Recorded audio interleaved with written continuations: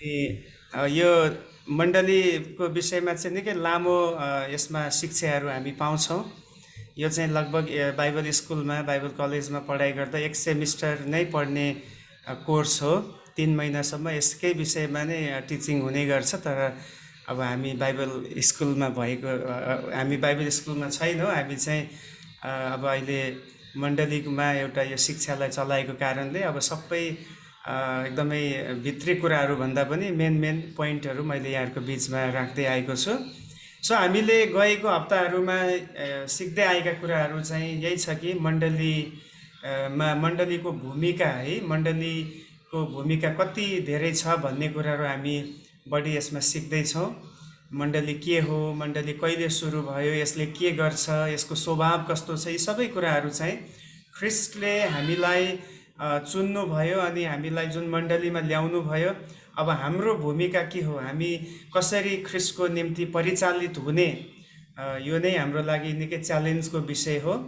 अनि हामीले यही सिक्ने कोसिस गर्दैछौँ कि हाम्रै कारणले गर्दा मण्डली वृद्धि पनि हुन्छ, मण्डली आशिषित पनि हुन्छ। र मण्डली यदि कमजोर भयो भने त्यसमा कुनै अरूको गल्ती हुँदैन, हाम्रै गल्ती हुने गर्छ होइन। हाम्रै कारणले गर्दा नै मण्डली कमजोर हुने हो। हामीले त्यही कुराहरू नै सिक्दैछौँ। अनि आजको हाम्रो क्लास पनि त्यस्तै विषयमा छ। म स्क्रिनलाई यहाँ राख्ने कोसिस गर्दैछु एकैछिन है। ओके, स्क्रिन अहिले देख्दै हुनुहुन्छ है।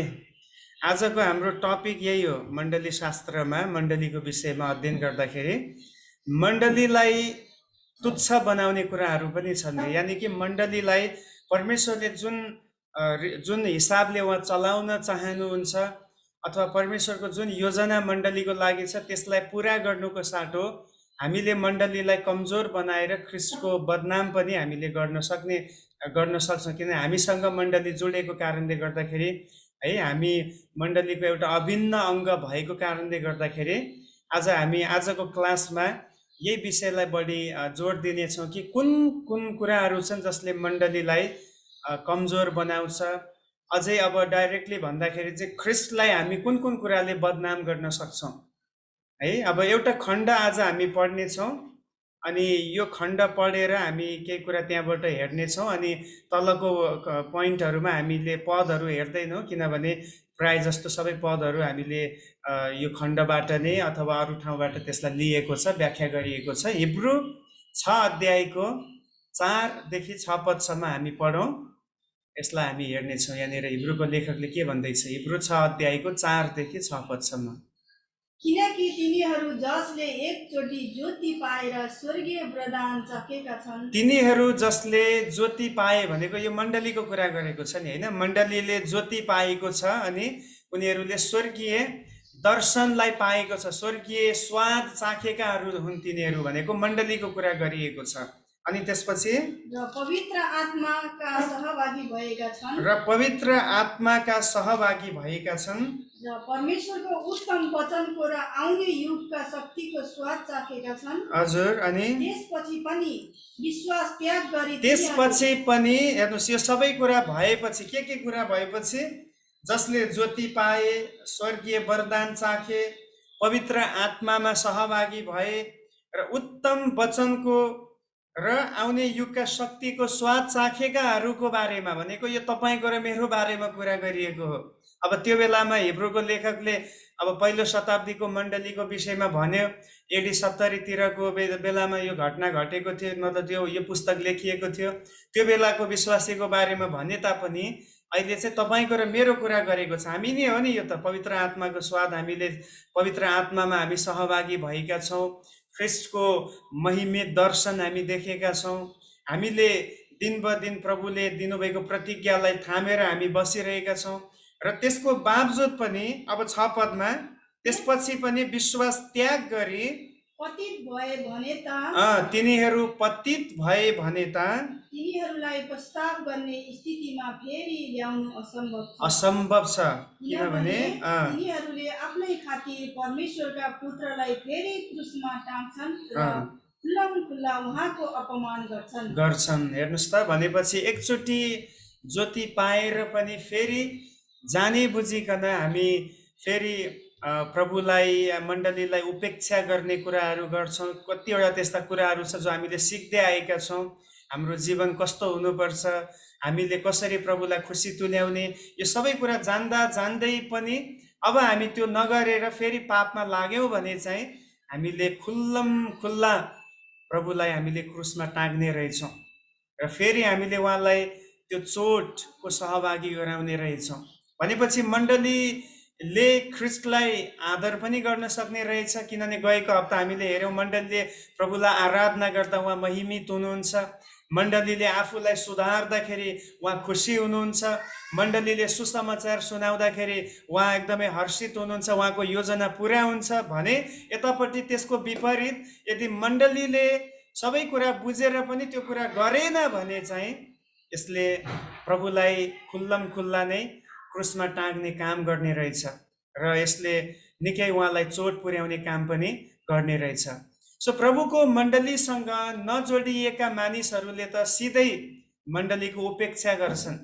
उपेक्षा भनेको बुझ्नुहुन्छ है, तुच्छ रूपमा मण्डलीलाई लिने गर्छन्। अब आज संसारको मानिसहरूको बारेमा हामीले हेऱ्यौँ भने चाहिँ उनीहरूले के गर्ने गर्छ, उनीहरूले के भन्छ भन्दाखेरि मण्डली भनेको प्रभुको भवन होइन अथवा प्रभुको शरीर होइन भनेर उनीहरूले विभिन्न किसिमका आरोप लगाउँछ होइन। उनीहरूले त प्रभुलाई चिनेको छैन, सत्यको ज्ञान पाएको छैन, ज्योति उनीहरूले देखेको छैन, स्वर्गीय दर्शन पाएको छैन। यसकारण उनीहरूले गर्नुमा त्यति ठुलो कुरा होइन, किन उनीहरू त अन्धकारमा छन्। उनीहरूको भित्री आँखा अहिले पनि बन्द गरिएको छ। संसारको मानिसहरूले त सिधै मण्डलीलाई तुच्छ गर्छन् नै, उपेक्षा गर्छन् नै, तर प्रभुलाई चिनेर मण्डलीसँग जोडिएकाहरूले समेत कतिपटक जानेर या नजानेर मण्डलीलाई तुच्छ बनाउने गर्दछन्। कतिचोटि धेरै चाहिँ इन्टेन्सनल्ली नै गर्छ। म क्रिस्चियन हो, मेरो आफ्नो मर्जी छ, म जसरी पनि जिउन सक्छु, सङ्गति जाने नजाने मेरो मर्जी होइन, मैले पवित्र जीवन जिउने नजिउने मेरो मर्जी भनेर जानी बुझी पनि मण्डलीलाई उनीहरू तुच्छ गर्ने छन् भने कति चाहिँ अब जिउँदै जाँदाखेरि कति शिक्षा नपाएर अन्जानमा भएको कारणले पनि मण्डलीलाई कतिचोटि हामीले संसारको नजरमा मानिसहरूको अगाडि हामीले गिराउने गर्दछौँ। आज हामी हेर्नेछौँ कुन कुन कुराहरूले मण्डलीलाई तुच्छ बनाउँछ। पहिलो कुरा हेर्नुहोस् है, मण्डलीमा उपस्थित हुन नचाहेर। जब हामी सङ्गति जाने कुरादेखि या परमेश्वरको भवनमा आराधना हुँदाखेरि हामी आफूलाई त्यहाँ लिएर जाँदैनौँ, त्यो पनि एउटा पाप नै हो। किनभने अब सबै पदहरूमा पढ्दैन, हामीले हिब्रू 10:25 लगातार हेर्दै आएका छौँ। कतिजनाको सङ्गतिमा नजाने बानी हुन्छ, तर हामी चाहिँ एकसाथ भेला हुन नछोडौँ। अब जब एक विश्वासी मण्डली जान चाहँदैन, उसले समाजलाई मण्डली जानु आवश्यक छैन भनिरहेको हुन्छ अरे इन्डाइरेक्टली। एउटा व्यक्ति, विश्वास गर्ने व्यक्ति, प्रभुलाई चिनेको व्यक्तिले मण्डली नजाँदाखेरि उसले संसारलाई के मेसेज डेलिभर गरिरहेको हुन्छ? मण्डली जाँदा पनि हुन्छ, नजाँदा पनि हुन्छ। जस्तै मानिसहरू मन्दिर, अब हिन्दू धर्ममा मन्दिर जाने कुरामा कुनै त्यस्तो एकदम जानै पर्छ भन्ने छैन। उनीहरूको आफ्नो मर्जी, विचार मिल्यो, सबै कुरा मिल्यो भने पूजा गर्न जान्छन्, भएन भने उनीहरू आफ्नो कामतिर लाग्छन्।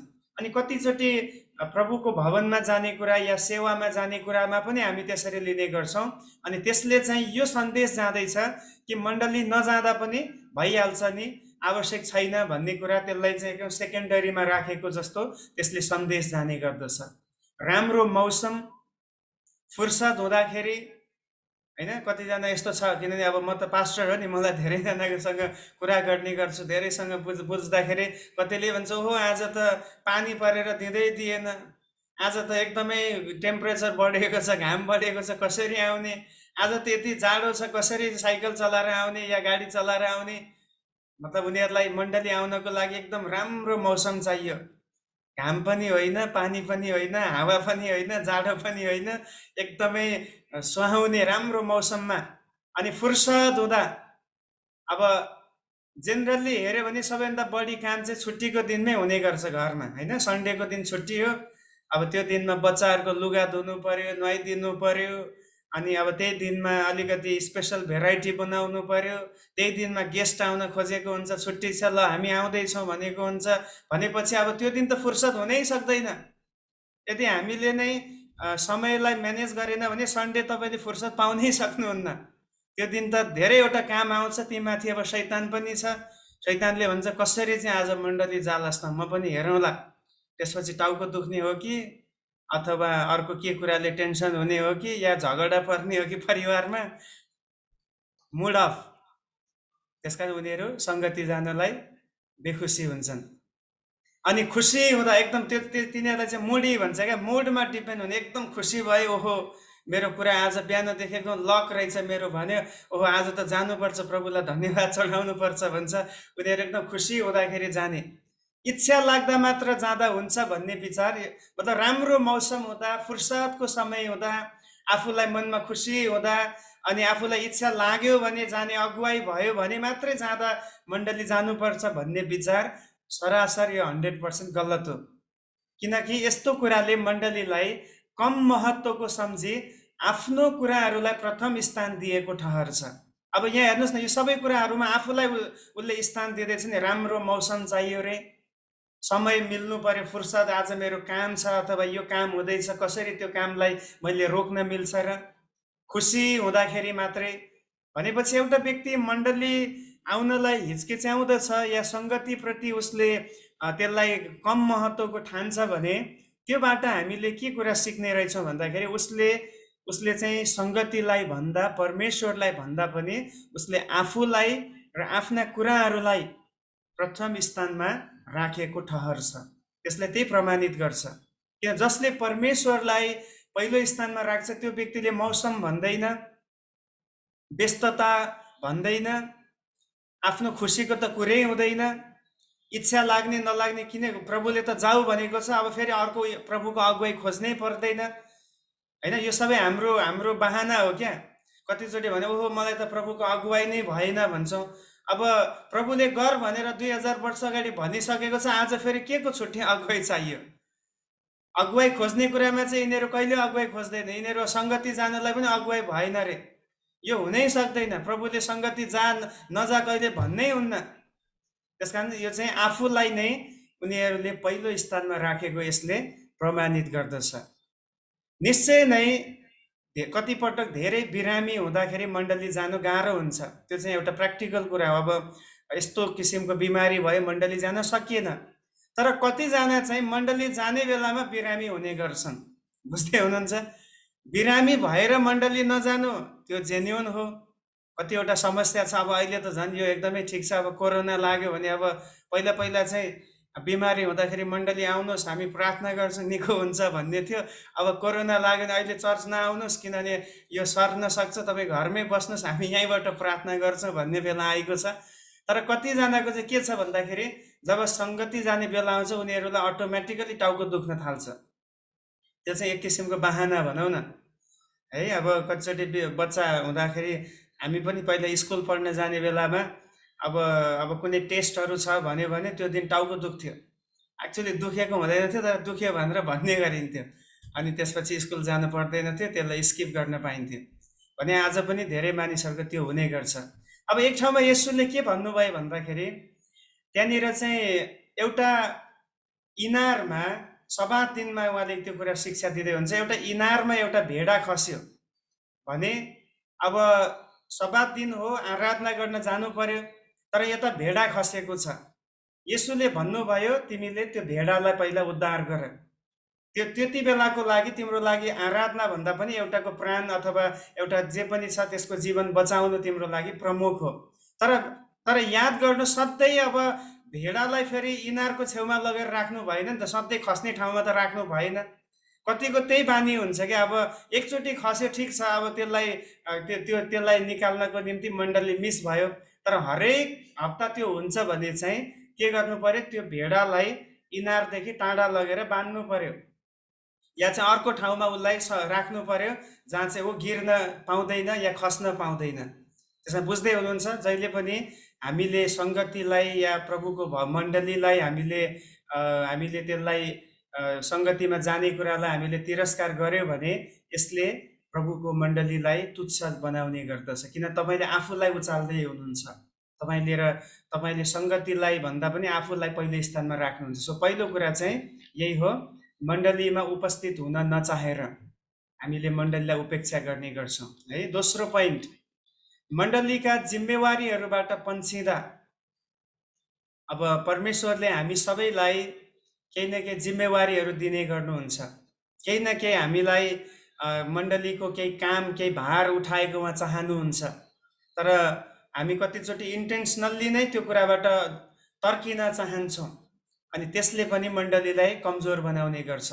अब कतिचोटि के हुन्छ, नानीहरूलाई हामी समर्पण गर्छौँ होइन। अब बच्चा जन्मेपछि लगेर प्रभुको भवनमा लिएर गएर उसलाई डेडिकेट गर्ने गर्छौँ, तर उसलाई हामी कतिचोटि सन्डे स्कुल पठाउने कुरालाई व्यवस्था गर्छौँ। त्यही हो जिम्मेवारीबाट पन्छिने भनेको। समर्पण चाहिँ गरेको छ प्रभुको निम्ति, यो बच्चा दिँदैछु भन्छ, तर सन्डेको स्कुल कहिले पनि पठाउँदैन। विवाह गर्नलाई जोडी लिएर चाहिँ जान्छन्, तर पारिवारिक वेदी उनीहरूले कहिले बनाउँदैन। अब विवाह गर्न जोडी बनाएपछि त उनीहरू विवाहित भइसकेपछि त परिवारमा पनि त्यो कुरा झल्किनु पर्यो होइन। मण्डलीको सदस्यता चाहिँ लिन्छन् या सदस्य चाहिँ हुन्छन्, तर संसारको मानिसहरूसँग एक भई जिउने गर्दछ। अब सदस्यता त छ, कति वर्षको विश्वासी भन्दा ओहो 25 वर्षदेखिको क्रिस्चियन। कति वर्ष भयो बप्तिस्मा लिएको? मैले त 15 वर्ष अगाडि बप्तिस्मा लिएको हामी भन्ने गर्छौँ, तर हाम्रो सम्बन्ध चाहिँ कतिचोटि अब एउटा बप्तिस्मा लिएको व्यक्तिको नयाँ जीवन हुनु पर्यो, नयाँ चाल हुनु पर्यो, प्रभुले वचनमा भने अनुसार प्रभुको काममा अगाडि बढेको हुनु पर्यो। तर उसको जीवन हेऱ्यो भने जहिले पनि संसारको मानिसहरूसँग एक हुने, संसारको मानिसहरू जस्तै सबै कुरामा समग्र रूपमा सहभागी हुने, त्यो कतिचोटि हुने गर्दछ। अब नेपालमा तीज, अहिले तीजको सिजन छ, कति क्रिस्चियनहरूलाई तीज पनि लाग्ने गर्छ। फेसबुकमा हेर्नुपर्छ, साह्रो पर्छ हेर्नलाई, नाचगान भइरहेको छ। अनि कति चाहिँ व्रत पनि बस्छ, किनभनेको पतिको लामो आयुको लागि। तीजकै बेलामा क्रिस्चियनहरूकै कुरा गर्दैछु।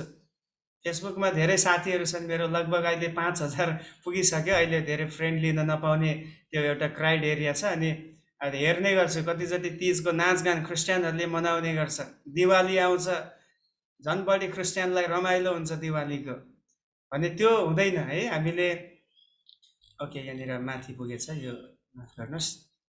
हामीले मण्डलीको सदस्यता लिइसकेपछि, बप्तिस्मा लिइसकेपछि चाहिँ हामी प्रभुको जन जस्तै भएर हाम्रो जीवनमा त्यसलाई देखाउनु पर्दछ।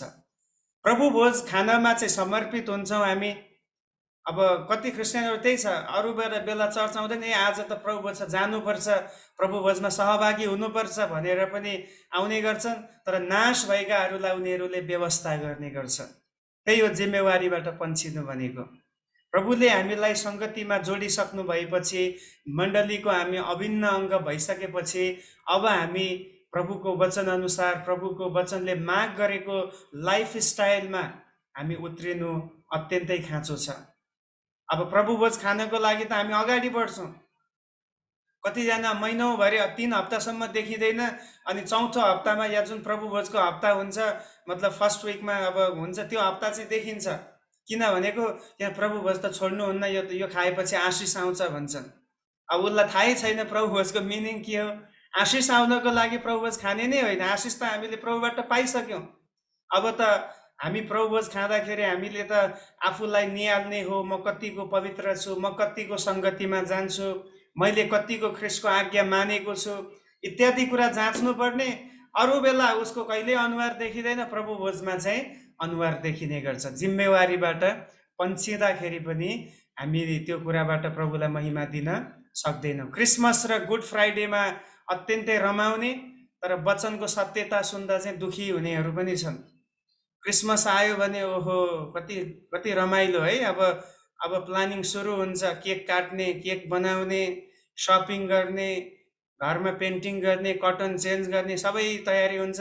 तर जब वचनको अलिक गहिराईको कुरा आउँछ, अलिकति अब क्रुस उठाउनु पर्ने कुराहरू आउँछ, अनि उसको अनुहार कहाँ निराशा भएर जान्छ। यसुको पासमा एकजना व्यक्ति आयो, उसले भन्छ अनन्त जीवन पाउन मैले के गर्नुपर्छ गुरुज्यू भनेर सोध्छ। अब यसुलाई थाहा भइसक्यो यो वास्तवमा अनन्त जीवन पाउने उद्देश्यले आएकै होइन, यो चाहिँ आफूलाई धर्मी बनाउनको लागि आएको। त्यसपछि उहाँले भन्नुभयो यो आज्ञाहरू मान्नु भन्नुहुन्छ यसुले। त्यसपछि यो व्यक्तिले के भन्छ, यो त मैले बचपनदेखि नै मान्दै आएको छु, यो त मलाई सिकाउनै पर्दैन।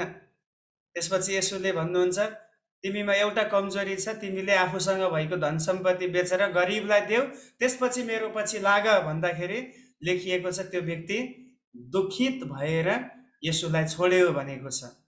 त्यसपछि त्यो व्यक्तिको जीवनमा कहिले सुख आयो कि आएन थाहा छैन, तर बाइबलमा यही लेखिएको छ, यसुलाई छोड्दाखेरि दुखित भएर छोडेको छ। किन उसले वचनको सत्यता पायो, तर त्यो वचनलाई उसले पालना गर्नलाई ऊ त्यसमा रमाउन सकेन। आज धेरै क्रिस्चियनहरू पनि त्यही छ है। क्रिसमस र गुड फ्राइडे अनि अर्को रिजरेक्सन सन्डे, यो तीनटा चाहिँ एकदमै मनाउँछ। वर्षमा 3 चोटि चाहिँ चर्च आउँछ त्यो मान्छे पनि, तर जब वचन सुन्ने बेला आउँछ एकदमै उसलाई गाह्रो पर्छ, जिम्मेवारीदेखि पन्छिने, मरेकाहरूलाई गाड्न लाने तर आफू चाहिँ तयार नभए दुष्टतामा लाग्नेहरू। अब क्रिस्चियन भएपछि मरेपछि उसलाई बक्स चाहिन्छ, उसलाई एउटा ग्रेभियर यार्ड चाहिन्छ भनेर त्यसको तयारी चाहिँ गर्छ, तर उसलाई आफ्नो जीवन चाहिँ कतातिर लाग्दैछ, आफू चाहिँ कसरी जिउँदैछु, म चाहिँ कतिको भोलिको लागि तयार हुँदैछु भन्ने कुरा चाहिँ उसले बिर्सेको हुन्छ। एम्बुलेन्स भन्दा पनि जो त्यो डेड बडी बोक्ने जुन गाडी हुन्छ, त्यो गाडीहरूमा त्यो सब वाहनमा के लेखेको हुन्छ भन्दाखेरि त्यहाँ एउटा कोटेसन लेखेको हुन्छ क्या, एकदम सत्य कोटेसन। त्यसमा के छ, आज म भोलि तिमी, त्यहाँ त्यही लेखेको हुन्छ, आज म भोलि तिमी। अब त्यो कुरा जहिले पनि हामीले मनमा राख्नुपर्छ होइन। अब आज उसको पालो आयो, भोलि मेरो पालो पनि आउँदैछ, अनि त्यसको निम्ति चाहिँ हामी तयार हुनुपर्छ। यदि तयार भएनौँ भने हामीले प्रभुको मण्डलीलाई हामीले दिनुपर्ने अथवा प्रभुले हामीबाट चाहनु भए अनुसार एज अ चर्च होइन, मण्डलीको रूपमा हाम्रो भूमिका जो छ, हामी त्यसमा हामी कमजोर हुन्छौँ र प्रभुलाई हामीले तुच्छ जान्ने रहेछ। अघि हामीले पढेको खण्डलाई तपाईँ याद गर्नुहोस् है।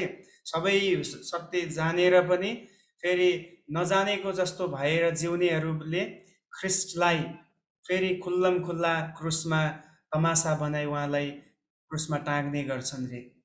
अनि त्यो कति धेरै दुष्टता हो।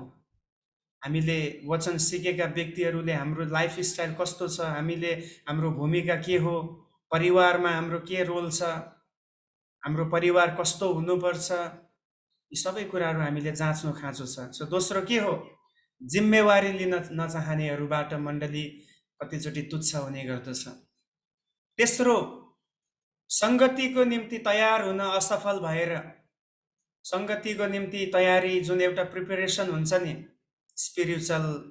स्पिरिचुअल्ली हामी प्रिपेयर हुनु पर्यो सङ्गतिमा आउँदा, मेन्टल्ली प्रिपेयर हुनु पर्यो, फिजिकल्ली हामी प्रिपेयर हुनुपर्ने कुराहरू छ।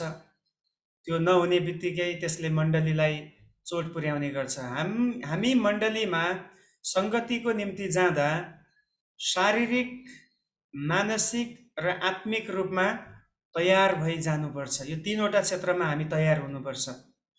अब शारीरिक रूपमा तयार हुनु भनेको के हो, हामी मण्डलीमा जाँदाखेरि हाम्रो वस्त्रको कुरा, हामीले जहिले पनि मण्डलीमा जाँदाखेरि बाहिर घुम्न जाने जस्तो या क्लबमा जाने जस्तो या अन्त कता कता जाने जस्तो वस्त्र मण्डलीमा लगाएर जानु सुहाउँदैन, किनभने मण्डली आराधना गर्नको निम्ति भेला हुने ठाउँ हो। यो चाहिँ क्लब होइन या फ्यासन सो गर्ने देखाउने ठाउँ होइन। त्यसकारण जहिले पनि मेरो जहिले पनि सिद्धान्त यही छ, सरल हुनु पर्यो क्रिस्चियनको वस्त्र। के लाउँछ भन्ने कुरा म भन्दिनँ, जे पनि लाउनुहोस्, तर त्यो चाहिँ तपाईँलाई सुहाउने हुनु पर्यो। दोस्रो, सरल हुनु पर्यो। हाम्रो वस्त्र, हाम्रो पहिरनले अरूलाई ठेस लाग्ने या अरूलाई चोट पुर्याउने अवस्था पनि हुनु पनि त्यो गलत हो। त्यसकारण हामी जब सेवामा भेला हुन्छौँ, सङ्गति जान्छौँ, शारीरिक रूपमा पनि तयार हुनु पर्यो। अब कपाल कोर्ने कुरा पनि त्यसमा आउँछ होइन। हामी कपाल कोरेर एउटा सजिएर अनि हामी प्रभुलाई आराधना गर्दाखेरि एउटा फिजिकल्ली पनि एउटा प्रिपेरेसन हुनु अत्यन्तै जरुरी छ। पुरानो नियममा जब पुजाहारीहरू मन्दिरमा सेवा गर्नलाई उनीहरू भेला हुन्थे, उनीहरूको एउटा परमेश्वरले एउटा ड्रेस कोड उहाँले नै डिजाइन गर्नुभएको थियो। उनीहरूको वस्त्र कस्तो हुनुपर्छ, उनीहरूले आफ्नो खुसीमा मलाई यो लाउन मनपर्छ, म यसरी यो लाउँछु भनेर उनीहरूले छान्न पाउँदैन थियो। यदि त्यो छान्यो भने परमेश्वरले तुरुन्तै रिजेक्ट गर्नुहुन्थ्यो। र पुरानो नियममा त एकदम कडा छ है। लेवीको पुस्तकमा पढ्यो भने साह्रो पर्छ। कस्तो कस्तो वस्त्र लाउने, कसरी लाउने त्यहाँ लेखिएको छ। किनभने उनीहरू अबदेखि, यो चाहिँ फेरि अन्य जातिलाई त्यो बेलामा लागू हुने कुरा थिएन, यहुदीहरूको लागि। किन यहुदीहरूको लागि लागू हुन्छ? किनभने यहुदीहरू अब परमेश्वरको नाउँद्वारा चिनिएका जाति हुन्। हालेलुया।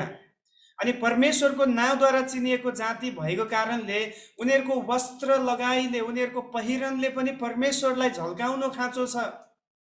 उनीहरूले वस्त्र लगाएको कारण अरू मानिसले उनीहरूलाई हेर्ने दृष्टिकोण बदलियो भने परमेश्वरको बदनाम हुने कुरा हुन्छ त्यहाँनिर।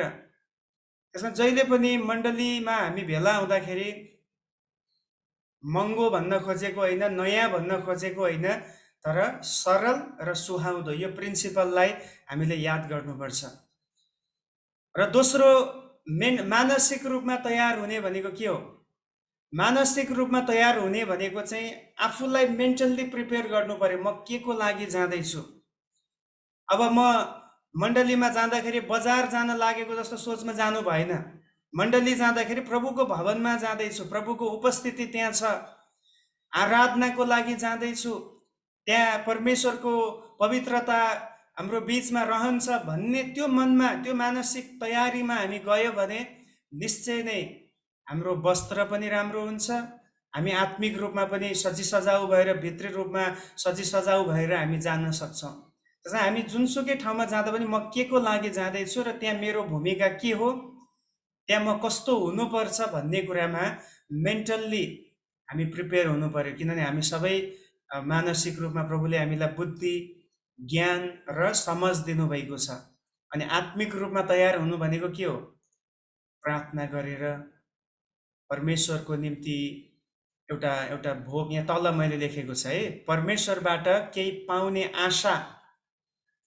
अब आज अहिले सङ्गतिमा जोड्दाखेरि कतिजना यो आशामा आउनुभयो? प्रभु, आज सङ्गतिमा म केही पाउने छु, केही सिक्ने छु। जबसम्म परमेश्वरबाट केही पाउने आशा हाम्रो जीवनमा हुँदैन, तबसम्म हामीमा त्यो कौतूहलता हुँदैन कि अब के सिक्ने होला, अब पास्टर भाइले के सिकाउँछ होला भन्ने त्यो एउटा क्युरियोसिटी भन्छ नि, त्यो नै हुँदैन। त्यसमा जहिले पनि आशा हुनु खाँचो छ। केही त मैले पाउँछु, परमेश्वर केही त कुरा मलाई सिकाउनुहुन्छ भन्ने आशामा हामी भेला हुनुपर्दछ। अनि वचनप्रतिको भोग, यो चाहिँ एकदमै जरुरी छ, एकदमै जरुरी छ। जबसम्म हामी परमेश्वरको वचनप्रति हामी भोकाउँदैनौँ तबसम्म हामी तृप्त हुँदैनौँ। अब भोक चाहिँ कति बेला मान्छेलाई कति बेला भोक लाग्दैन? जब ऊ टन्न छ। टन्न भयो भने भोक लाग्दैन। अनि आत्मिक रूपमा टन्न हुनु भनेको के? मलाई सबै कुरा थाहा छ है, म त एकदमै पढेको मान्छे हो, अनि बाइबल मैले धेरैचोटि पढेको छु, धेरै प्रचार मैले सुन्छु, म एकदमै पुरानो व्यक्ति हो भनेर जब त्यो विचार हाम्रो मनमा हुन्छ, वचनप्रतिको भोक हामीमा हुँदैन। यो पास्टरले पढेको खण्ड त मैले पहिल्यै कति सुनिसकेँ।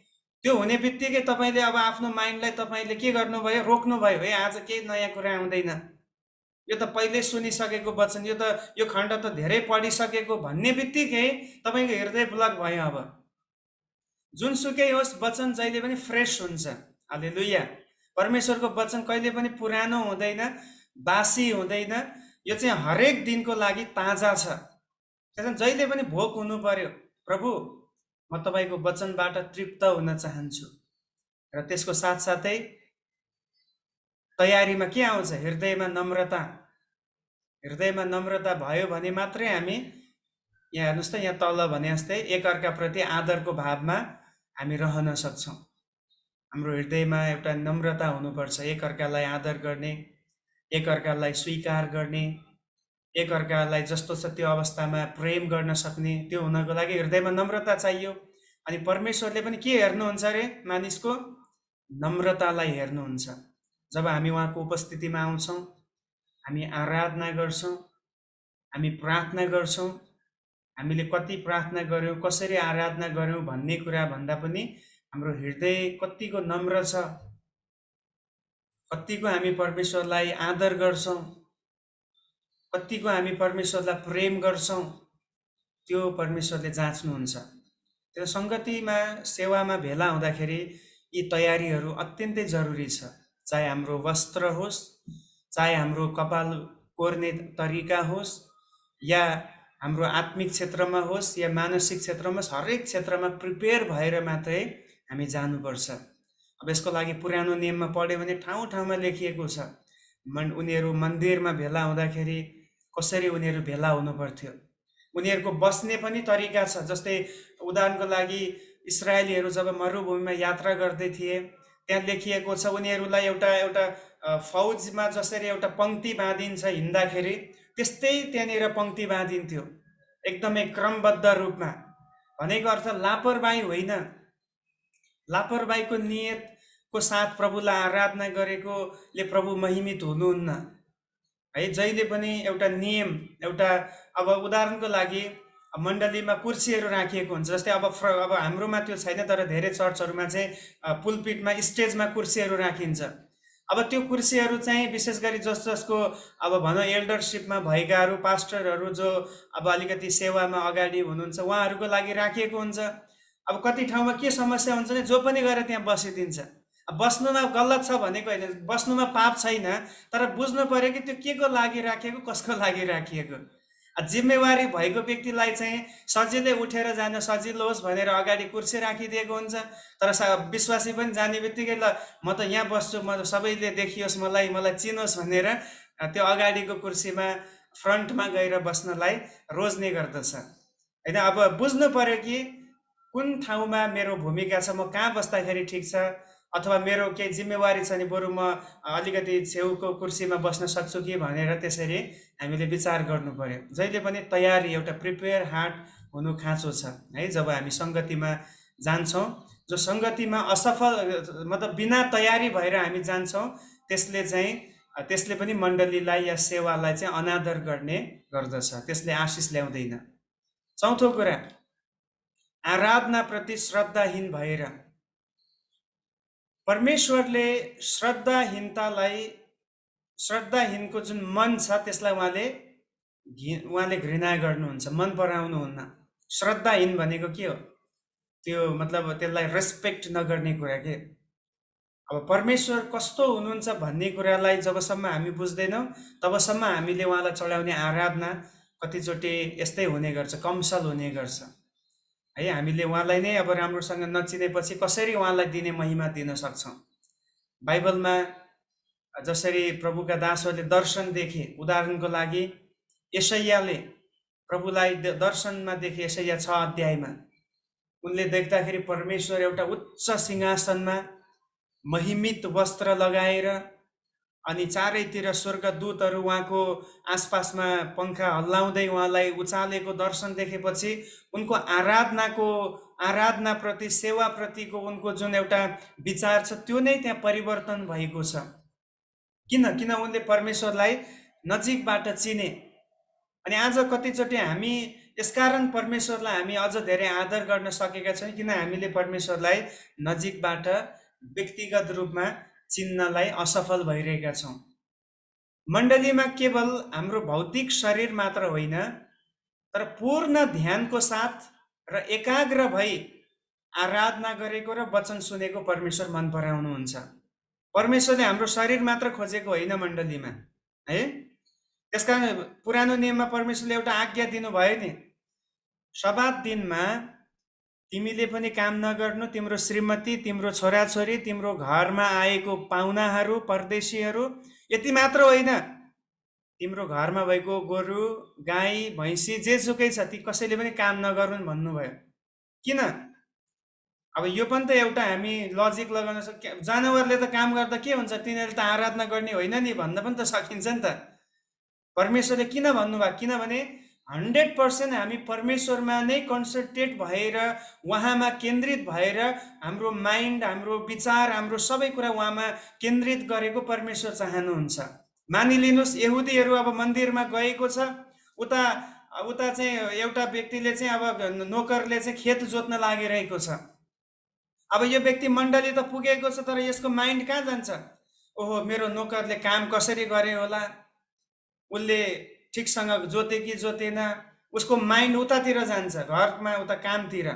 त्यसमा परमेश्वरले भन्नुभयो सब्बात दिन सबैको लागि हो, चाहे जनावर होस् तिम्रो घरमा भएको, या तिम्रो घरको नोकर होस् चाकर होस्, या तिम्रो घरमा आएको परदेशी होस्, जेसुकै होस्, सब्बात दिन पूर्ण रूपमा पालना गर्नु, किनभने परमेश्वरले यसलाई पवित्र ठहराउनु भएको छ।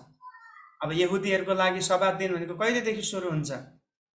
फ्राइडे इभिनिङ घाम अस्ताएदेखि स्याटरडे घाम अस्ताउन्जेलसम्म, मिन्स 24 आवर्स, 24 घण्टाको लागि सब्बात दिन मान्ने गर्दथे उनीहरूले। त्यो सब्बात दिनमा उनीहरूले यात्रा गर्दैनथे। त्यो सब्बात दिनमा उनीहरूले जुनसुकै काम होस् त्यसलाई बन्द गर्नै पर्छ, किन भन्दाखेरि त्यो परमेश्वरको आज्ञा हो। भने आज नयाँ नियममा पनि हामीलाई यही आज्ञा छ कि हामीले आराधनाको दिनमा पूर्णताको साथमा आराधना गरेको परमेश्वर चाहनुहुन्छ। तर हामी धेरैचोटि फेल हुन्छौँ। अब आराधनाको दिन छ, उता के काम पनि थालनी गरेको छ, त्यसलाई रोक्न मिलेन, त्यसलाई रोक्यो भने घाटा भयो, लस भयो। त्यस कारण ठिक छ, प्रभु नोकरहरूले काम गर्दै गर्छ, म चाहिँ आराधनामा जान्छु भन्छ, चर्चमा आउँछ, घरिघरि उसको माइन्ड चाहिँ उतै पुगिरहेको हुन्छ, शरीर चाहिँ त्यहाँ छ, माइन्ड चाहिँ त्यता गएको हुन्छ। सो एकाग्र भएर वचन सुन्नु। हामीले वचन सुनिरहेका छौँ भन्ने कुरा महत्त्वपूर्ण होइन, तर कसरी सुन्दैछौँ भन्ने कुरा महत्त्वपूर्ण हुन्छ। यो एकदमै ध्यान दिनुहोस् है। वचन सुन्नु मात्र ठुलो कुरो होइन। अहिले यहाँनिर मसँग कतिजना हुनुहुन्छ डिभाइस? मसँग म लगायत 17 जना हुनुहुन्छ होइन, म लगायत अरू 17 जना हुनुहुन्छ, मसँग 18 भनौँ न। अब हामी सबै वचन सुन्दैछौँ, त्यो ठुलो कुरो होइन, तर कसरी सुन्दैछौँ? अब अघि भने जस्तै पूर्ण मनको साथमा सुन्दैछौँ कि कतिवटा कुरा सोच्दै उता के हुँदैछ, अर्कोतिर के हुँदैछ, त्यो के होला भनेर त्यतातिर पनि हामीले माइन्डलाई लगाइरहेका छौँ। त्यो महत्त्वपूर्ण कुरा हो। त्यसमा परमेश्वर श्रद्धाहीन आराधनालाई कन्सन्ट्रेट नभइकन, समर्पित नभइकन गरिएको बलिदानलाई परमेश्वरले मन पराउनुहुन्न र त्यसले पनि मण्डलीलाई या सङ्गतिलाई तुच्छ गर्ने गर्दछ। अर्को कुरा, मण्डलीलाई केले तुच्छ बनाउँछ?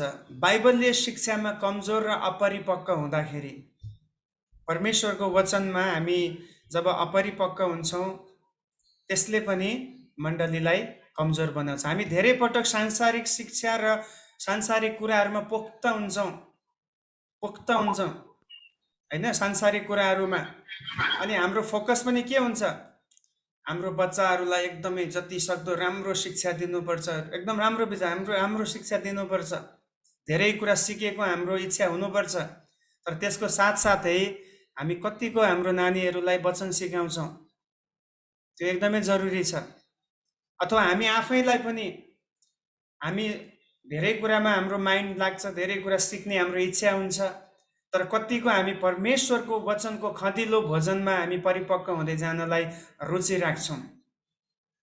ओके, यो एकदमै जरुरी छ।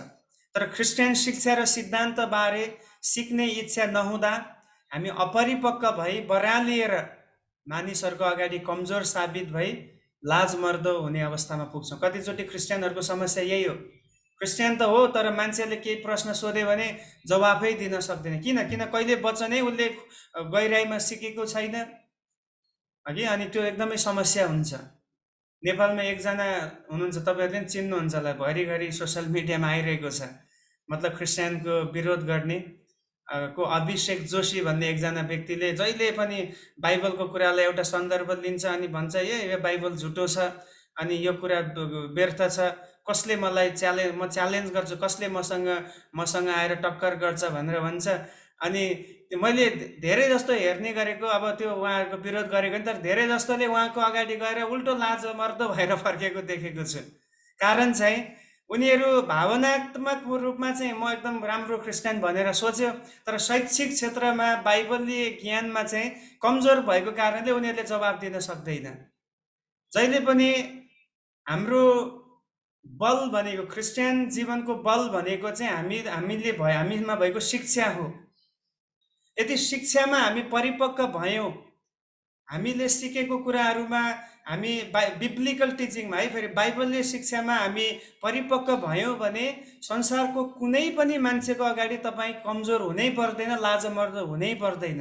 किन वचनले तपाईँलाई बुद्धिमान बनाउँछ। वचनले तपाईँलाई हरेक मानिसको प्रश्न या हरेक मानिसको लजिकको अगाडि उनलाई जवाब दिनलाई योग्य बनाउँछ। त्यसकारण जति सक्दो हामीले बाइबलीय शिक्षालाई, सैद्धान्तिक कुराहरूलाई हामीले सिक्नु पर्दछ।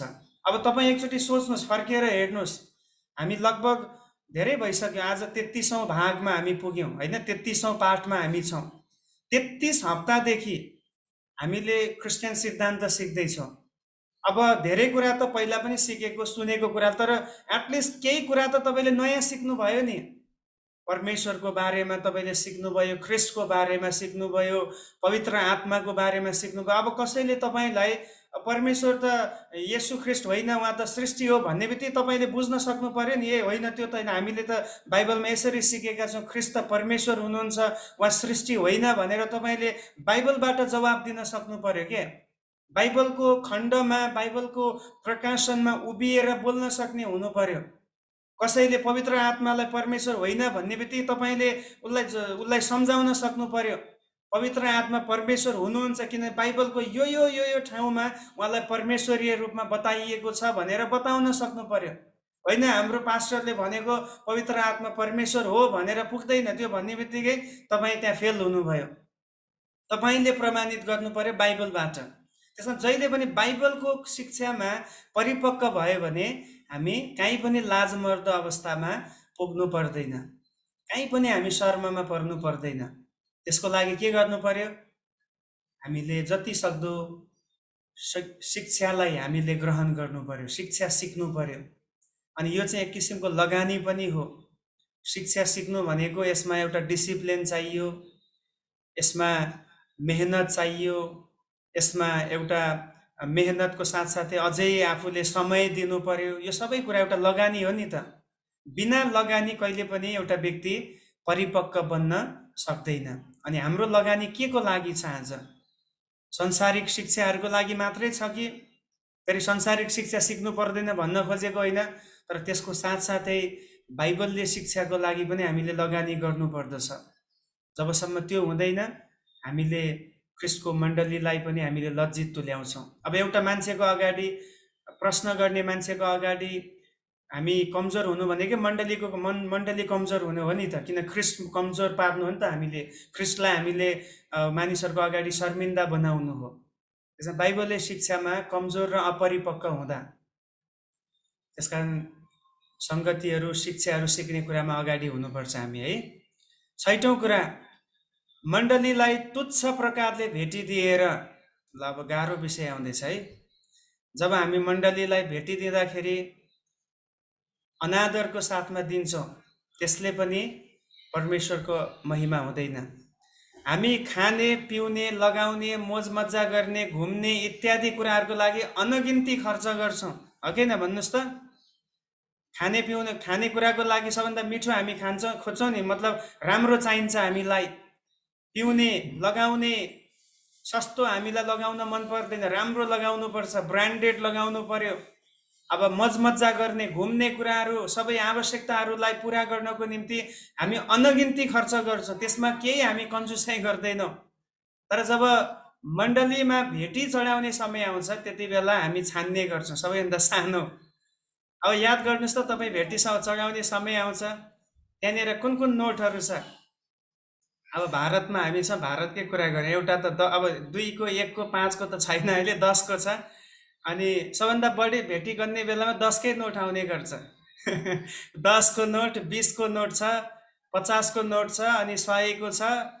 अब अहिले त 200 को पनि नोट निकालेको छ, त्यसपछि 500, 1000 को छैन, 2000 को छ। ल मानिनुहोस् तपाईँसँग यतिवटा नोट छ, 2000 को नोट, 500 को नोट, 100 को नोट, 200 को नोट, 50, 20, 10। अब भेटिहाल्ने समय आयो, तपाईँ कुन हाल्नुहुन्छ त्योबाट? तपाईँ आफै सोच्नुहोस्, मलाई जवाब दिनु पर्दैन है। अब तपाईँ अघि माथि भने जस्तै खाने, पिउने, मोज मजा गर्ने, घुम्ने ठाउँको लागि कति तपाईँ कुन कुन नोट खर्च गर्नुहुन्छ, कति खर्च गर्नुहुन्छ, त्यसमा तपाईँलाई केही पनि गाह्रो पर्दैन। तर जब परमेश्वरको लागि चढाउने समय आउँछ, सबैभन्दा सानो नै छान्ने गर्छौँ। या त बढीमा हामी 50 रुपियाँ हाल्छौँ, नभए 20 अथवा 10 हो हाल्ने भनेको। अनि त्यो परमेश्वरले त्यो हेर्नुहुन्छ, त्यो चाहिँ एउटा तुच्छ प्रकारको कुरा हो। परमेश्वर चाहनुहुन्छ प्रशस्त भएको व्यक्तिले प्रशस्तताबाट नै दिनुपर्छ। तपाईँ र म विधवा होइन नि त त्यो ठाउँमा कि हामीले 2 पैसा चढाउने। यदि दरिद्र छ भने दरिद्रताबाट दिउँ, 1 रुपियाँ दिएको पनि प्रभुले ग्रहण गर्नुहुन्छ। त्यसमा कुनै त्यसमा केही नौलो कुरा होइन। 1 रुपियाँ पनि प्रभुको लागि मूल्यवान छ। तर लाखौँ रुपियाँ भएको मान्छे पर्समा हजारौँ रुपियाँ बोकेर 10 रुपियाँ चढाउनु भनेको त्यो तुच्छ सम्झिएको। हामीले परमेश्वरलाई कम मूल्यको ठानेका छौँ भन्ने कुरा त्यसले साबित हुँदछ। मैले सधैँ अक्सर मैले भन्ने कुरा, आजभन्दा 10 वर्ष अगाडि चियाको मूल्य होइन, चियाको मूल्य 5 रुपियाँ थियो। 5 रुपियाँ कपमा चिया आउँथ्यो। त्यो बेलामा गाडी चढ्दाखेरि 10 रुपियाँमा या 5 रुपियाँमा, आजभन्दा 10 वर्ष 15 वर्ष अगाडि 5 रुपियाँमा पनि गाडी चढ्न पाइन्थ्यो, अब लोकल ट्रान्सपोर्टेसनहरू। तर अब अहिले हेर्नुहोस्, चिया पिउन जानुहोस् कमसेकम 10 रुपियाँ तिर्नुपर्छ एक कप चियाको लागि। 5बाट 10 बढ्यो, त्यो पनि एकदमै ठेलाहरूमा। अब राम्रो ठाउँमा गयो भने 20 रुपियाँ 50 रुपियाँ, कफी पियो भने 200 रुपियाँ पनि तिर्नुपर्छ। भने सबै कुराको मूल्य बढेर आकाश छोएको छ। तर मण्डलीमा हामीले हाल्ने भेटीको कहिले पनि उनी बढेको छैन, नोटै बढेको छैन। 10 वर्ष अगाडि पनि 10 रुपियाँ, 10 वर्षपछि अहिले पनि हामीले भेटी हाल्ने भनेको 10 रुपियाँ हो सन्डेको दिनमा। अनि त्यो चाहिँ हामीले परमेश्वरलाई अनादर गरेको नै ठहरिन्छ। अब ध्यान दिनुहोस् है, अझै म गहिरो कुरा सिकाउँदैछु। पुरानो नियमको व्यवस्था अनुसार चाहिँ एउटा व्यक्तिले दशवांश दिनुपर्छ, दशवांश हो। तर नयाँ नियमको अनुग्रह, हामी व्यवस्था अनुसार छैनौँ नि नयाँ नियममा, त अनुग्रह अनुसार चाहिँ दशवांश भन्दा बढी हामीले दिनुपर्छ। हालेलुया। व्यवस्था अनुसार दशवांश हो, 10% दिनै पर्छ, अर्को कुनै अप्सनै छैन। तर अनुग्रह अनुसार चाहिँ दशवांश बाहेक पनि अरू भेटीहरू चढाउनु पर्छ। अब त्यहाँनिर स्वेच्छाको भेटी भन्ने शब्द चलाइएको छ, गरिबहरूलाई दिने भेटी। अब कतिको समस्या के छ, दशवांशबाटै गरिबलाई पनि काटेर दिन्छ, त्यो मिल्दैन। तपाईँले दशवांश छुट्याइसकेपछि मात्रै अब तपाईँ कसलाई के गर्न चाहनुहुन्छ त्योबाट गर्ने हो। अब दशवांशबाटै गरिबलाई पनि दिएको छ, अनि मिसन भेटी उठाउँदा त्यहीबाट कटाएर अन्तिममा अनि यति हो दशवांश भन्यो भने त्यो त झुट हो नि त। त्यो त हननिया र सफिराले परमेश्वरको अगाडि ल्याएर आदि दिएर पुरै दियौँ भनेको जस्तै भएन र? धेरैचोटि हामी यही गल्तीहरू गर्दछौँ। यदि दिनु छैन भने नदिँदा केही ऊ छैन। तर परमेश्वरलाई दिँदाखेरि जहिले पनि आदरको साथमा र सत्यतामा दिनु खाँचो छ। परमेश्वरलाई झुटको साथमा दिएको 1 रुपियाँ पनि उहाँलाई चाहिँदैन, किनभने उहाँको भण्डारमा केही पनि कुराको कमी छैन। उहाँले यस कारणले हामीबाट माग्नुहुन्छ ताकि हामीले दिने कुराबाट परमेश्वरलाई कति हामी प्रेम गर्छौँ भन्ने कुरा हामीले त्यो प्रमाण दिइरहेका हुन्छौँ। त्यसकारण याद गर्नुहोस्, यो प्रिन्सिपललाई याद गर्नुहोस् है। यो अहिले मैले यहाँनिर तपाईँलाई बताएको यो वाला प्रिन्सिपल तपाईँले याद गर्नुहोस्। पुरानो नियममा चाहिँ उनीहरू व्यवस्थाको अधीनमा भएकोले गर्दाखेरि उनीहरूले दशवांश दिनु पर्थ्यो भने नयाँ नियममा चाहिँ हामीले दशवांश दिएर मात्र पुग्दैन रे, राजी खुसीको साथमा अरू कुराहरू पनि चढाउनु पर्दछ। येशूले के भन्नुभयो? येशूले भन्नुभयो पुरानो नियमको व्यवस्था भन्दा पनि, अथवा यसरी उहाँले भन्नुभयो, सायद त्यो पद म अहिले एउटा पढिहालौँ है त। त्यो चाहिँ यो सबै कुराहरूलाई समेटेर त्यहाँ येशूले भन्नुभएको छ। मत्तीको सुसमाचारमा 5 अध्यायमा त्यो कुरा हामी पाउँछौँ। तिमीहरूको धार्मिकता शास्त्री र फरिसीहरूको भन्दा बढ्ता भएन भने तिमीहरू कुनै रीतिले पनि स्वर्ग राज्यमा प्रवेश गर्ने छैनौ। हेर्नुहोस्, मत्ती 5 अध्यायको 20 पद लेखेर राख्नुहोस् है, यो कडा वचन छ यहाँनिर। फेरि पढ्छु है त। तिमीहरूको धार्मिकता शास्त्री र फरिसीहरूको भन्दा, शास्त्री र फरिसीहरूको धार्मिकता कुन हो? व्यवस्था अनुसारको धार्मिकता, उनीहरू व्यवस्थालाई फलो गर्नेहरू हो। तर हाम्रो अब अनुग्रहमा जिउनेहरूको कुरा यहाँ गरिएको छ। हाम्रो धार्मिकता चाहिँ उनीहरूको भन्दा बढ्ता हुनु पर्यो। अब यो साह्रै गाह्रो कुरा हो। शास्त्री र फरिसीहरूले के कुराको दशवांश दिन्थे भनेर लेखेको छ। मत्ती 23 अध्याय पढ्नुहोस्, त्यहाँ जिराको पनि दशवांश दिन्थे अरे, सुपको दशवांश चढाउँथे अरे, पुदिना, अब के त्यहाँ शब्द चलाएको छ। अब नयाँ नियममा अनुग्रहमा भएकाहरूले चाहिँ उनीहरूको भन्दा बढ्ता दिनुपर्छ, त्यही हो प्रभुको नियम। अब कति चढाउ भनेर बाइबलले भनेको छैन, तर उनीहरूले भन्दा पुरानो नियमको नियम भन्दा हाम्रो लागि कडा नियम छ। त्यसैले हामीले कसरी भेटी चढाउँछौँ त्यसले पनि परमेश्वरलाई आदर गर्ने या अनादर गर्ने कुरा त्योसँग सम्बन्धित छ। ओके, हामीले चढाउने भेटीले तुच्छ प्रकारले भेटी दिँदा पनि के हुन्छ रे? परमेश्वरको अनादर हुन्छ, मण्डलीको अनादर हुन्छ, सङ्गतिको अनादर हुन्छ। सातौं कुरा, आफ्नो वरदानलाई चलाउन नचाहँदा, नपाउँदा होइन है, नचाहँदा भनेको छ। चलाउने मौका छ तर नचलाउँदा। मेरो वरदान, अब यो कन्सेप्टको मानिसहरूलाई अलिकति म झल्काउँछु है यहाँनिर। मेरो वरदान उच्च स्तरको र सम्मानीय छ भनेको अलिकति म ठुलो वरदान भएको, अलिकति अभिषिक्त, म एकदम अभिषिक्त व्यक्ति भन्ने कन्सेप्ट यो व्यक्तिमा हुने गर्छ। र यो मण्डली सानो छ, मानिसहरू पनि साना छन्, यस्तो एकदम थोरै छन्, त्यस कारण यहाँ चलाउनु उचित छैन भनी सम्झनु पनि ख्रिस्टको मण्डलीलाई अवहेलना गरी आफैलाई उच्च पार्नु हो। याद गर्नुहोस् है, हाम्रो वरदान जतिसुकै ठुलो एक्चुअली वरदान ठुलो र सानो छैन, त्यो चाहिँ हाम्रो विचार हो। सबै वरदान समान छ, चाहे शिक्षा दिने वरदान होस्, चाहे चङ्गाइको वरदान होस्, चाहे एउटा व्यक्तिले सेवा पुर्याओस्, प्रार्थना गर्ने वरदान होस्, they all are equal in the sight of God. परमेश्वरको दृष्टिमा सबै समान छ।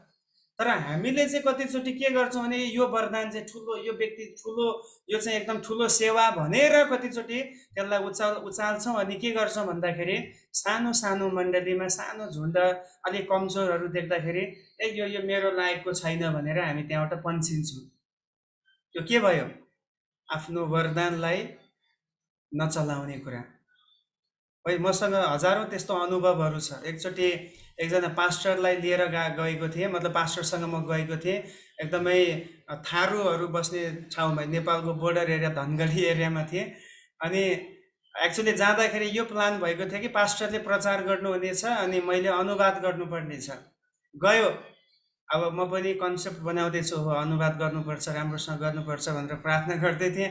त्यहाँ गएपछि अब हाम्रो एक्सपेक्टेसन्स अनुसार मान्छे कम आयो, मान्छे कम, त्यो पनि अब बुढाबुढी, अलिकति नपढेका अशिक्षित मान्छेहरू आए।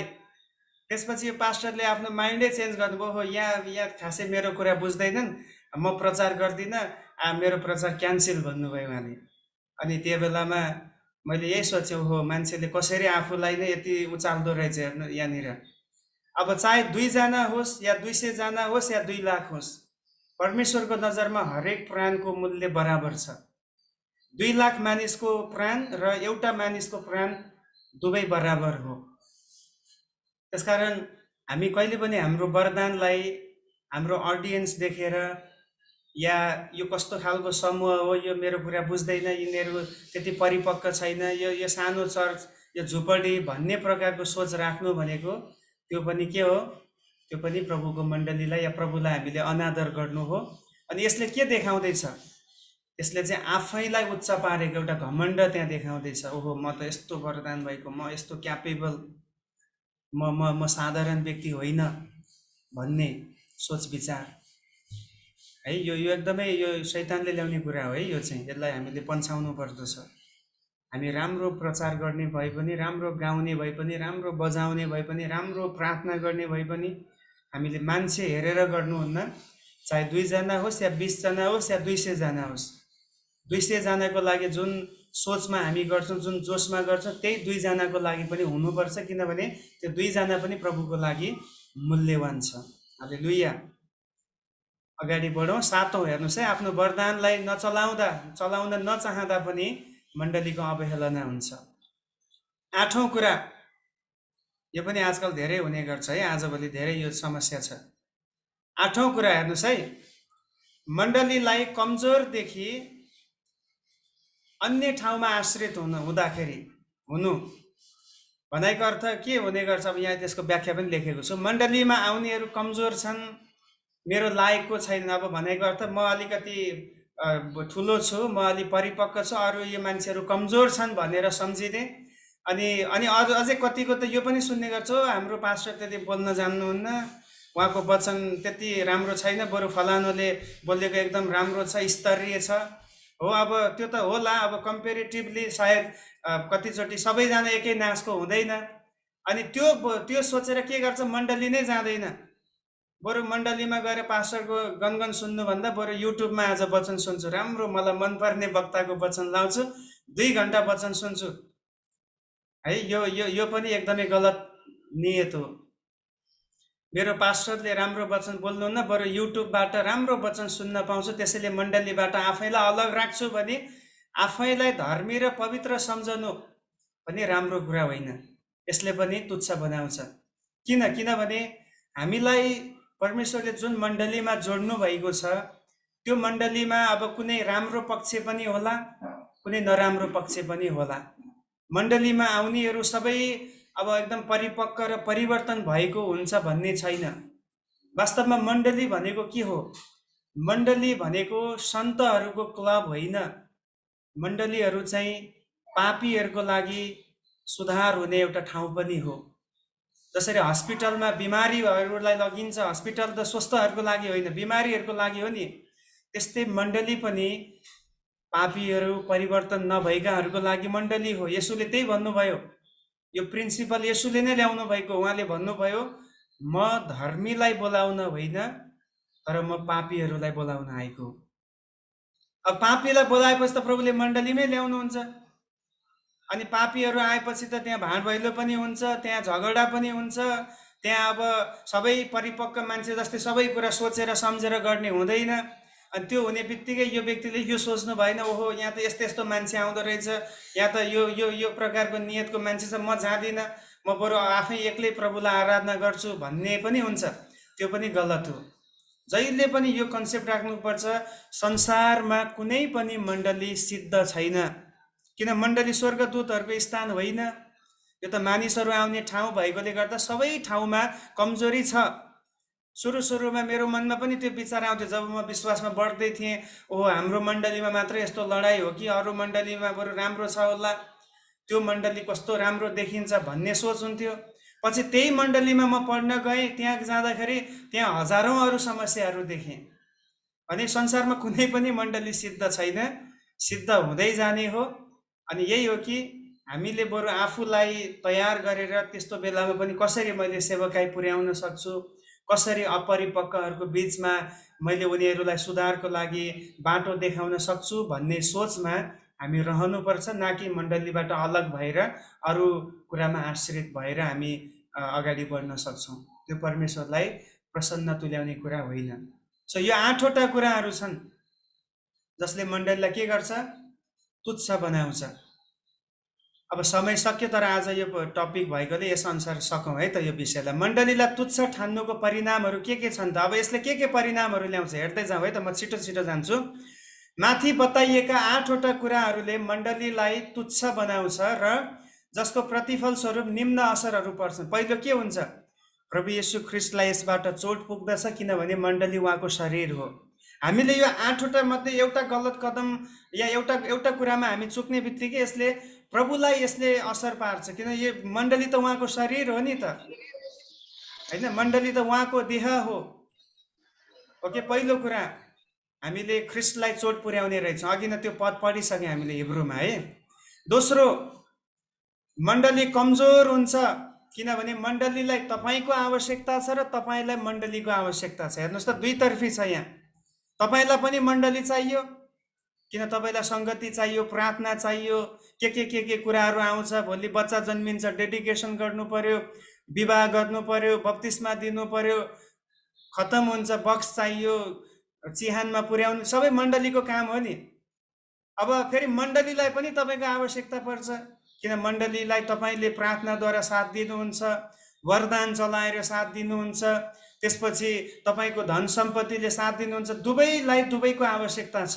अब यो दुवैमा फितलो हुने बित्तिकै मण्डली के भयो? कमजोर भयो। फेरि मण्डली को हो? ख्रीष्टको शरीर हो भने हामी आफै ख्रीष्टको शरीरलाई कमजोर पार्यो भने हामी कसरी स्वर्ग जाने? ठुलो च्यालेन्ज छ है। तेस्रो, के असर पर्छ मण्डलीलाई तुच्छ जान्दाखेरि? पापीले ठोकर खान्छ र प्रभुदेखि झन् टाढा जान्छ। एउटा व्यक्ति कमजोर देखेर तपाईँले उसलाई ए यो व्यक्ति ठिक छैन भनेर भनेपछि त्यो व्यक्ति सुध्रिनेको साटो झन् त्यो ब्याकस्लाइड हुन्छ, त्यो व्यक्ति ठोक्कर खान्छ। चौथो, मण्डलीमा भएका थोरैजनालाई धेरै कुराको भार पर्छ। अब सबैले म यो मण्डली म जाँदिनँ भने त्यहाँ थोरै मात्र हुन्छ। थोरैजनाले मण्डली चलाउनु पर्यो भने धेरै भार पर्यो नि त, होइन? त्यसकारण धेरै भार पर्ने गर्छ। अब जहाँ सबैजना भेला भएर सबैजनाले आफ्नो आफ्नो हिस्सेदारी जनायो भने कम भार पर्यो। मानिलिनुहोस् 20,000 रुपियाँको आवश्यकता पर्यो मण्डलीलाई। अब मात्र 5 जना छ भने कति उठाउनु पर्ने भयो? 5 जनाले 4-4 हजार उठाउनु पर्यो। तर 20 जना छ भने 1-1 हजार उठाउँदा पुग्यो। त्यही हो भार भनेको। अरू पनि धेरै कुरा, सेवा सङ्गतिको कुरामा अब अहिले हामी धेरैजना छौँ। अब सुरुमा सञ्चालन पनि मैले गर्ने, गिटार बजाएर भजन पनि मैले गाउँथेँ। सुरुको कुरा गरेँ 2013-14 तिर वर्सिप पनि मैले गर्नु पर्थ्यो, वचन पनि प्रचार गर्थे। तर अब अहिले सबैजनाले गर्दै आउनुभयो। कतिले सिक्दै हुनुहुन्छ भजन गाउनलाई, कतिले वर्सिप गर्न सिक्दै हुनुहुन्छ।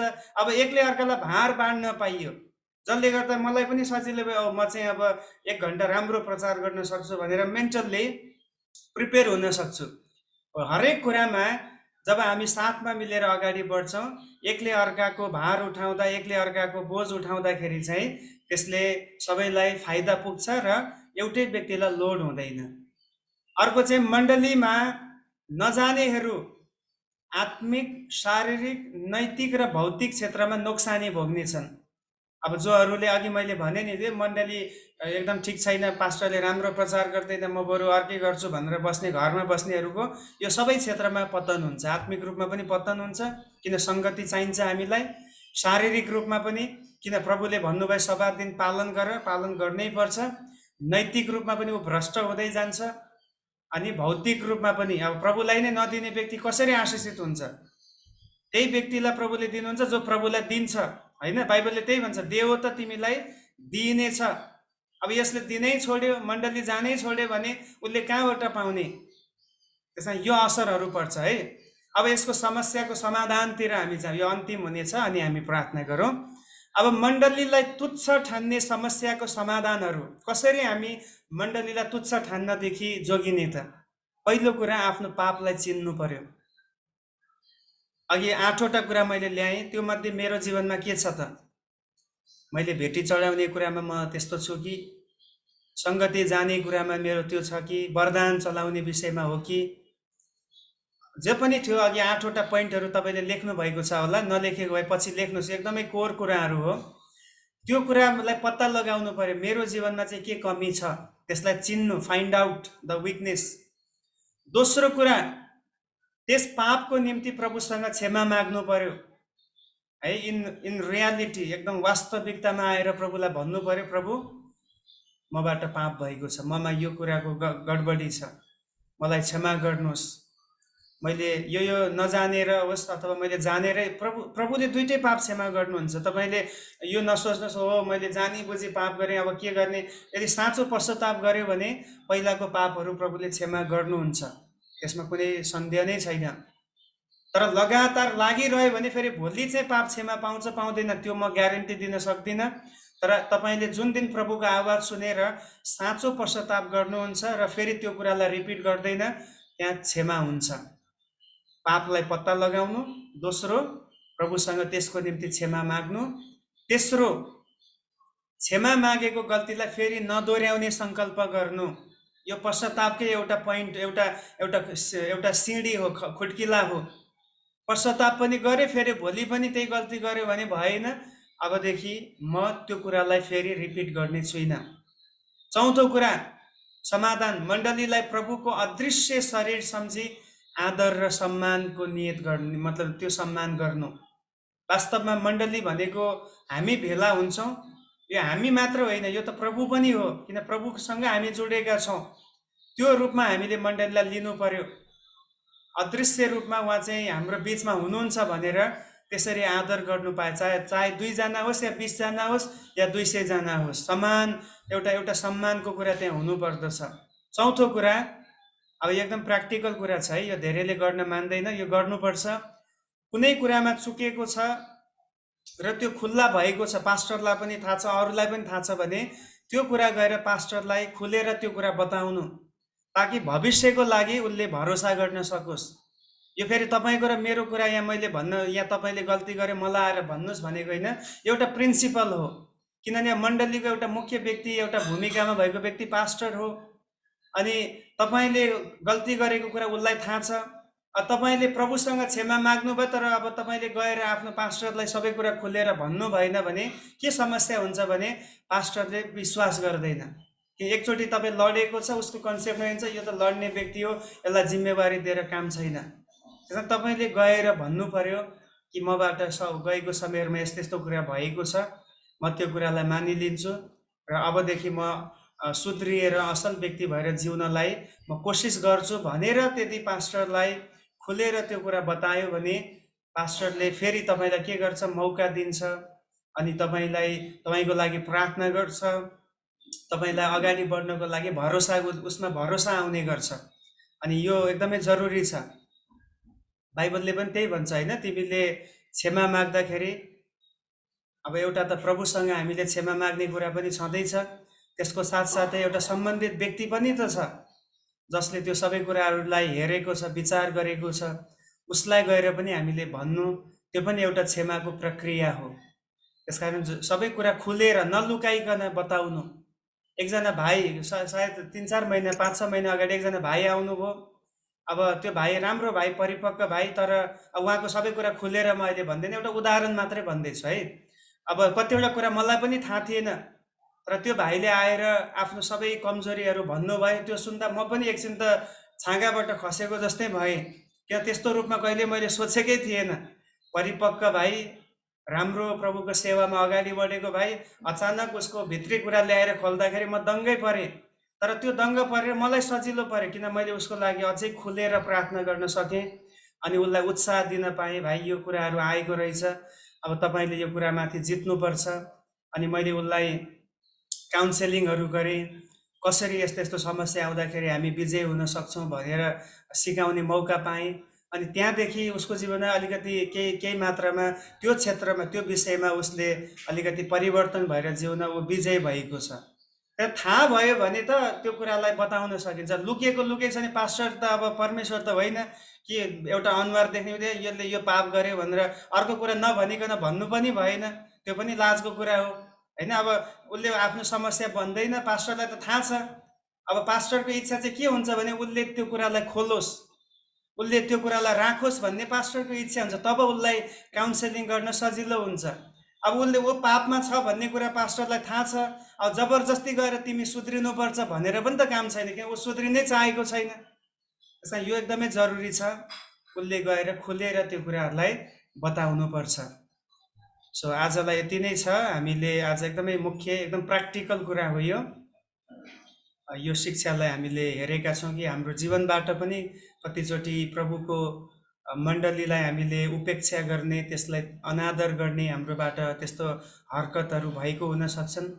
हामी प्रार्थना गरौँ। अनि आज एकदम कम्प्लिट टिचिङ आएको छ है, समस्याहरू पनि आयो र त्यो समस्याले के प्रतिफल ल्याउँछ, त्यसको असरहरू पनि हामीले हेऱ्यौँ र त्यो समस्याबाट हामी कसरी बाँच्ने, कसरी हामी फर्कने भन्ने कुरा पनि हामीले आज सिकेका छौँ। आउनुहोस् हामी केही समय छुट्टौँ, अहिले हामीले सिकेको वचनको आधारमा प्रार्थना गरौँ।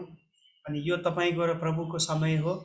तपाईँले यदि तपाईँको मनमा प्रभुले केही त्यस्तो कुराहरू देखाउँदै हुनुहुन्छ वचन सिक्दै जाने क्रममा कि म यो क्षेत्रमा चाहिँ म साँच्चै सुध्रिनै पर्ने छ, मैले सिकाएँ भनेर होइन, तर तपाईँले आफूले निहाल्नु पर्ने, किन यो प्रभुको वचन हो, यो बाइबलीय प्रिन्सिपल हो। यसलाई हामीले नजरअन्दाज गरेर, यसलाई तिरस्कार गरेर हामी प्रभुको राज्यमा अगाडि बढ्न सक्दैनौँ। र त्यो चाहिँ मण्डलीलाई आशिष भन्दा पनि त्यसले मण्डलीलाई झन् तुच्छ बनाउने काम गर्ने कुराहरू हामीले सिक्यौँ।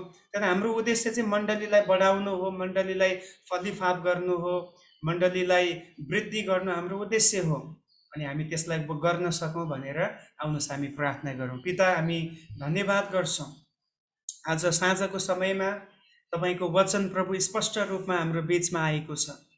जसै जसै हामी मण्डलीको विषयमा प्रभु क्रमबद्ध रूपमा सिस्टमेटिकल्ली हामी सिक्दैछौँ, आजको प्रभु विषय पनि अत्यन्तै गम्भीर र एकदमै प्रभु व्यवहारिक विषय तपाईँले हामीलाई सिकाउनु भएको छ, यसको लागि धन्यवाद गर्छौँ।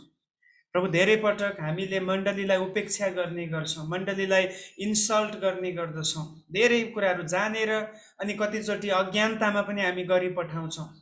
हामीलाई प्रभु तपाईँले आफ्नो आत्माद्वारा हामीलाई प्रज्वलित गर्नुहोस्, बुद्धि दिनुहोस् र प्रभु सुध्रिनु पर्ने क्षेत्रहरू पनि छन् प्रभु हाम्रो जीवनमा। ती क्षेत्रहरूलाई हामी बलियो बनाउन सकौँ, ताकि हाम्रो कारणले मण्डली प्रभु अझै प्रभु अगाडि बढ्ने, अझै तपाईँको राज्य वृद्धि हुने, तपाईँको काममा प्रभु हामी टेवा पुर्याउने व्यक्तिहरू बन्न सकौँ। प्रभु ठोकर लाग्ने व्यक्ति होइन, ठोकरको कारण होइन प्रभु। तपाईँको मण्डलीमा, तपाईँको त्यो आत्मिक भवनमा एउटा इट्टामाथि अर्को इट्टा थप्ने हामी बन्न चाहन्छौँ प्रभु। जसरी पहिलो पत्रुसमा हामी पढ्दछौँ, तिमीहरू आत्मिक मन्दिर बन्दैछौ, एउटा पत्थरबाट अर्को पत्थर जोडिएर एउटा पूर्ण मन्दिर बन्दैछौ भन्ने वचन हामी त्यहाँ पढ्छौँ प्रभु। हामी एक एक व्यक्ति एउटा एउटा इट्टाहरू हौँ प्रभु तपाईँको राज्यमा। यदि एउटा इट्टा मात्रै भत्कियो भने त्यो प्रभु बनावटमै प्रभु धेरै समस्या आउँदछ। यसकारण हामीलाई त्यहाँबाट उछिटिने, त्यहाँबाट प्रभु लुज भएर यताउता ढलपल भएर होइन, तर त्यसमा फिट भएर जिउनलाई हामी हरेकलाई सहायता गर्नुहोस्। आज साँझको समयमा तपाईँका प्रियहरूलाई तपाईँले आफ्नो वचन सिक्नको निम्ति उहाँहरूलाई तयारीको साथ ल्याउनु भयो। म विश्वास गर्दछु आफ्नो वचनद्वारा उहाँहरूसँग तपाईँ बोल्नु भएको छ र यो उहाँहरू सबैको लागि आशिषको कारण भएको छ। तपाईँलाई धन्यवाद गर्दछौँ। हरेक प्रियहरूको लागि म प्रार्थना गर्दछु प्रभु, तपाईँले उहाँहरूलाई अन्धकारबाट छुडाएर ज्योतिको राज्यमा तपाईँसँग तपाईँले जोड्नु भएको छ। अब उपरान्त ज्योतिको सन्तान जस्तै भएर हिँडुल गर्नलाई तपाईँले प्रत्येकलाई सहायता गर्नुहोस्, शक्ति दिनुहोस्, अनुग्रह प्रदान गर्नुहोस् प्रभु। हरेक क्षेत्रमा जहाँनिर प्रभु हाम्रो मानवीय सोच विचारहरू काम गर्छन्, हाम्रो आफ्नै प्रभु स्वार्थताका कुराहरू आउँदछन्, हठपनका कुराहरू आउँछन्, ती कुराहरूमा प्रभु हामी त्यसलाई छोडेर हामी तपाईँलाई पहिलो स्थानमा राखेर तपाईँको निम्ति जुनसुकै कुरालाई पनि बलिदान गर्ने एउटा बलिदानको हृदयको साथमा जिउनलाई तपाईँ हामीलाई अनुग्रह प्रदान गर्नुहोस्। धन्यवाद गर्छौँ प्रभु। आज सेवामा जोइन हुनुभएको प्रत्येक परिवारहरूको लागि म धन्यवाद गर्छु।